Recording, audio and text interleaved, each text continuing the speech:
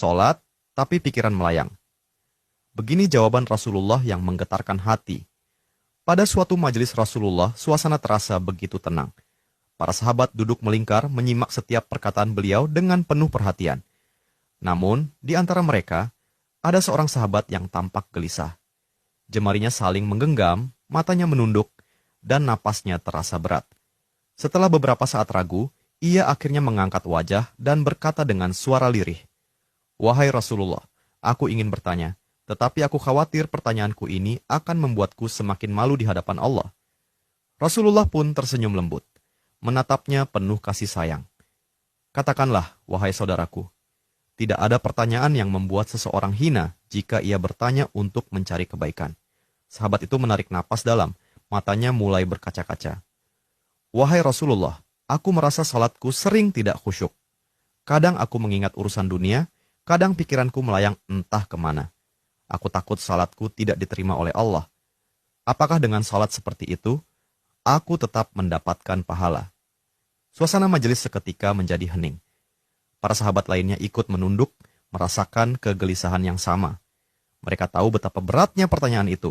Namun, yang terjadi setelahnya benar-benar di luar dugaan. Rasulullah tidak langsung menjawab. Beliau menatap sahabat itu dengan penuh kelembutan. Lalu tiba-tiba air mata mulai membasahi pipi beliau. Para sahabat terkejut. Mereka jarang melihat Rasulullah menangis dalam situasi seperti ini. Dengan suara bergetar, beliau berkata, "Demi zat yang jiwaku berada di tangannya, sungguh setan tidak akan pernah berhenti berusaha mencuri bagian dari salat seorang hamba hingga ia teralihkan. Tetapi ketahuilah, Allah tetap melihat usahamu."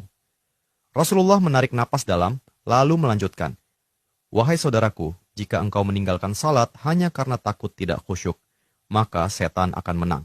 Tetapi jika engkau tetap berusaha salat meski pikiranmu teralihkan, ketahuilah bahwa setiap kali engkau berusaha kembali kepada Allah dalam salatmu, saat itulah Allah menyambutmu." Mendengar itu, sahabat tersebut tak mampu menahan tangis. Begitu pula para sahabat lainnya. Kemudian Rasulullah melanjutkan dengan penuh kelembutan, "Bayangkan seorang ibu yang melihat anaknya berjalan ke arahnya, tetapi anak itu sering jatuh dan tersandung. Apakah sang ibu akan marah? Tidak.